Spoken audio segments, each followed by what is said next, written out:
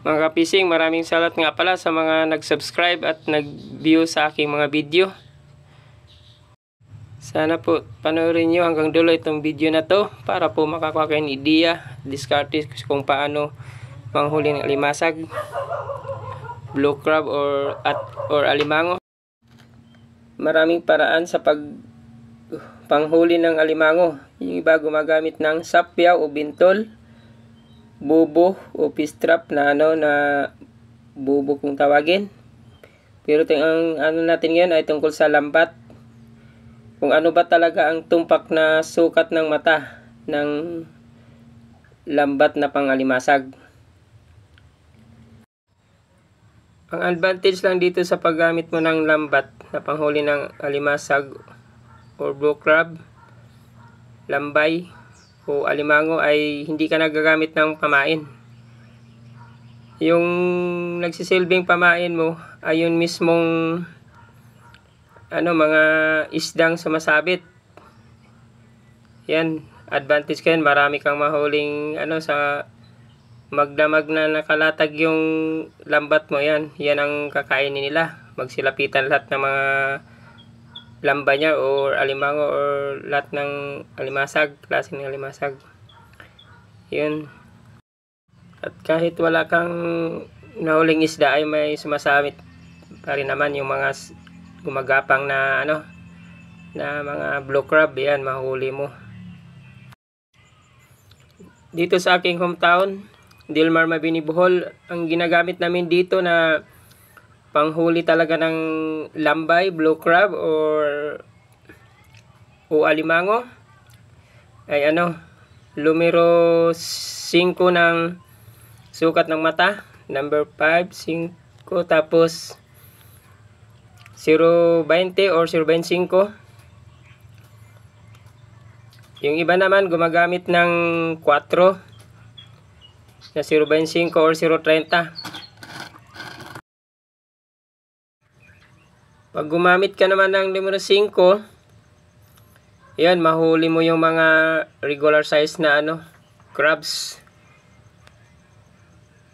Pero kung gusto mo na piling-pili yung mahuli mo, mga malalaki na talaga, mga good size, halos 4 na piraso ang kilo or 3 or 2 or 3/4 isang piraso. Yan ang mahuli mo, yung mga malalaki lang talaga. Yung 4 gamitin mo. Pwedeng 0.5, pwedeng 0.30 gamitin mo dyan. Pag 0.30 matibay siya. Hindi makakawala yung kahit yung mga lalaking alimango. Tips ko naman sa inyo, kung gusto nyong makahuli kayo ng mga samaral, rabbit fish, mga kitong o malalaking isda, yan, pwedeng gumamit kayo ng 5 na 0.20 or 0.5. Tapos dublihan nyo ng 3 media na 0.30. Yun, talagang mahuli nyo yung kagaya sa video na to, nasa video ko. Ayan, mga good size samaral, mga halos 4.5 fingers or 5 fingers. Yung iba mas malaki pa. Yan, double knit yung gamit namin dyan. Yan, makahuli kami ng good size samaral. Tsaka may blue crab rin. Ayan, ito 4 ang gamit namin dyan. Ayan, kalalaking nahuli. Mga malalaking double knit yan, 4 at saka 3. Pwede rin gumamit kayo ng triple knit yan, kaya lang magastos na masyado. Kung marami namang sugpo sa location nyo, advice ko na gumamit kayo ng 5 na 0.20 at saka 3 media na 0.5. Kung yan, malakas humuli ng sugpo yan. Yung 5 kasi yan ang effective na panghuli ng sugpo. Or triple knit ang gawin nyo. Yan, malakas humuli ng sugpo yan. Ang diskarte namin kasi dito sa hometown ko, yung pinaglumaan naming pang samaral, pang danggit na double knit or triple knit, ginagawa na naming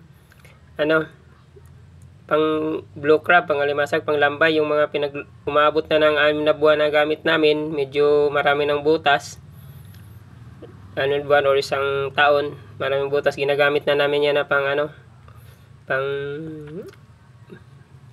lambay. Ayan, mga nakita mo sa video, yun yung mga nahuli naming lambay. Yung paglatag naman, ilalatag namin yung panglambay namin alas 4 ng hapon or alas 5 ng hapon. Sa papandawin namin 5:30 or 6 AM ng umaga. Yan ang pagpandaw namin. Pwede naman din sa araw. Lang sa umaga, pag pa-high tide, iharang mo sa sa mga saunasan, sa kalusayan, yan, sa mga iharang mo, yan, marami kang mahuling blue crab niyan. Papandayin mo sa kahit mga 5 or 6 na oras, yan, marami ka nang mahuli niyan. Sa may mga isda pang mahuli niyan. Hanggang dito na lang mga kapising ang video ko. Sana nakakuha kayo ng ideya sa diskarte. Ako nga pala si Kapising Tede, proud ng Dilmar Mabini, Bohol, na anak ni Tias Pilisco, na apo ni Tino Pilisco. Maraming salamat sa mga nag-subscribe sa aking YouTube channel, The Fisherman of Dice. Sa mga silent viewer, maraming salamat sa inyo.